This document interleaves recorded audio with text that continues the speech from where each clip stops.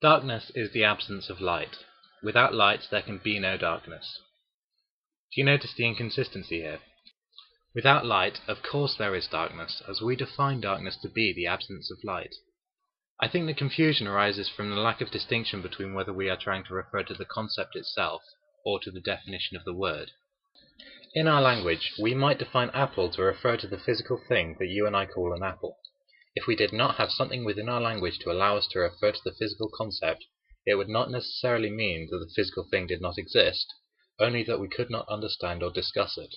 When you say, darkness is the absence of light, you are referring to the concepts pointed to by the words light and dark.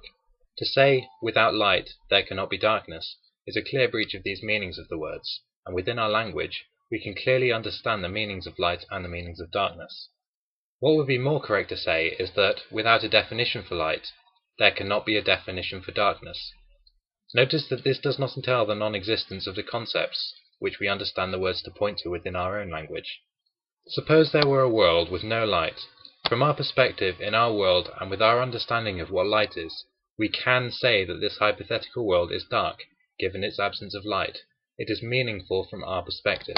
That a baby does not have a concept of God does not mean that the word God isn't meaningful and defined for us. We can still understand the word theist, and we can still understand the word atheist, and as we communicate with each other using this common language, we can apply either to the baby as appropriate to our definitions and understanding, irrespective of the baby's capacity to have the concepts for itself. Similarly, we can meaningfully call a baby, even though the baby itself has no concept of what a baby is. A key point here is that the lack of definition for an individual does not mean the lack of a concept pointed to by the definitions of others.